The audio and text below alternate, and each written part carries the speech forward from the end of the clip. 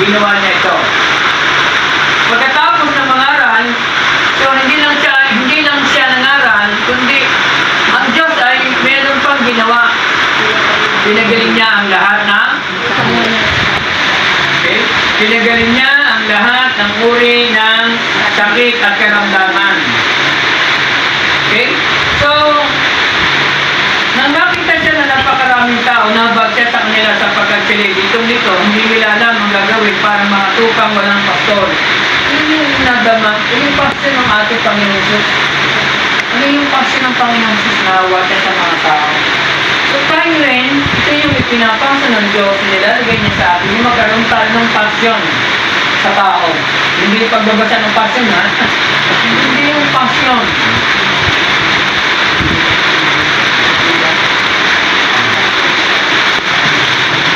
Ito yung passion ng Panginoon Jesus sa mga tao, nakabag siya at nakita niya na ang mga tao ay litong-lito.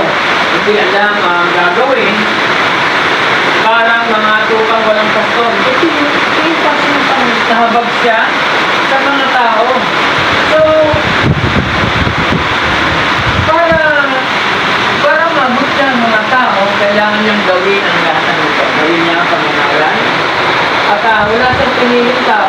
Kasi, ito tayo, si Jesus Christ may pakialam sa mga tao, may pakialam siya. Concern siya sa kalagayan ng tao. Dahil alam ng Panginoon sa Kristo na walang makatutugon sa pangangailangan ng taong spiritual, kundi kailangan makarinig sila ng pangangaral. At ang mga tao na walang direksyon, ang mga tao hindi alam, ang mga tao na naligaw, so para silang mga tupang walang pastor. Pag walang pastor, ibig sabihin, ligaw yan, at sa kadiliman niya, at sabi rito ng Panginoon para mga tupang walang pastor.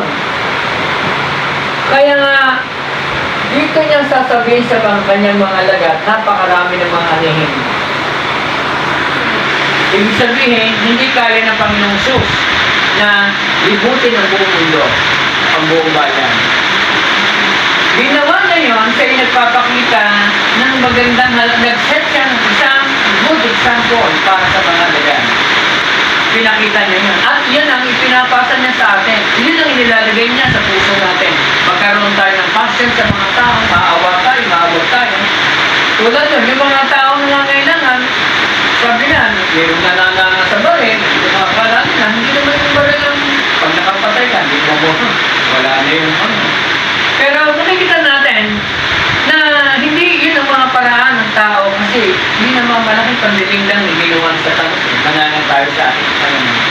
Pero ang Diyos, makita natin ganito yung kalaki yung puso ng Diyos sa mga tao para sila ibubutin, puntahan, ipangaral, pagalingin yung sakit at karamdaman. Dahil ang ligaw ng mga tao, hindi alam ang gagawin. At kaya nga, mula doon, sinabi niya ito sa mga dagat niya, sabi niya, napakarami ng mahilig. Ngunit kakunti ang mag-aanin. Ay si Jesus lamang yung time na yun, ang ilan lang yung kasama niya. Yung time na yun, pakunti pa mga alagad. So, kaya nga yung dalawang alagad, ginawa niyang disciple, kaya nga dapat yan, hindi disciple tayo. Sa Isusa, hindi disciple, kasi mga siyate, mahuli. O siyate manjay, lahat kayo dapat ang hindi disciple. Siyate, ano. So, yung 12 alagad nito, pinasa niya sa mga alagad. At sabi niya sa mga alagad, napakaraming anihin, ngunit kakunti ang mag-aaning. So, dalangin ninyo sa may-ari ng anihin, nagpadala ng mga mag-aaning. Sa bagay, pwede naman siyang ganun lang nag-isip talaga sa mga tao. Pero gusto ng Diyos, yung parang talaga ng tao itatawag sa kanyang Panginoon. Tama ba? Yung tatawag talaga, ang tao magpupusa sa pamamagitan ng pangangaral para makita ng tao na ang Diyos pala ay talaga ay meron kapangyarihan. Ano? Ngayon, kung sabi niya dito, magpadala, kaya nga tayo, nag-aaral. Kita niyo, hindi na tayo nag-aaral, kundi nag-pray. ng mga susunod pang mga ngalan na katulad niyo. Lumaganap ang salita ng Diyos. Kumalat, mag-spread ng salita ng Diyos sa lahat ng dapat.